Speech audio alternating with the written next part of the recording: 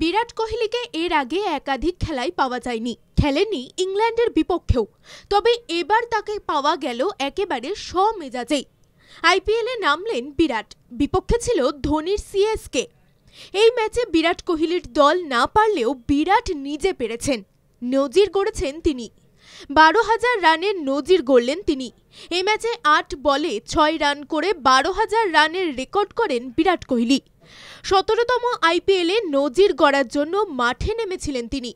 377টি টি-20 match খেলে এই record তৈরি করলেন কিং কোহলি। তাকে শুভেচ্ছা জানানো হয়েছে তার দল আরসিবির তরফ থেকে।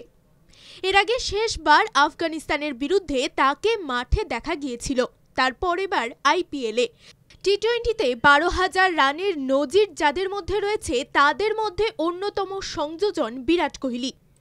Chris Gayle, Kieron Pollard, Shoaib Malik, Alex Hales, Aussie opener David Warner এর আগে নজির রয়েছে। সেদিনে এবার নতুন নজির বিরাটের। তিনিও 12,000 রানের সারিতে নতুন নাম। আন্তর্জাতিক টি-20 ক্রিকেটে 12,000 রান পূর্ণ করলেও তার দল জিততে পারেনি। গতবারের চ্যাম্পিয়ন সিএসকে এবারের প্রথম ম্যাচেই জয়লাভ করে। 21 রান করে আউট হলেন বিরাট কোহলি। প্রথম ভারতীয় হিসেবে বিরাট করলেন রেকর্ড।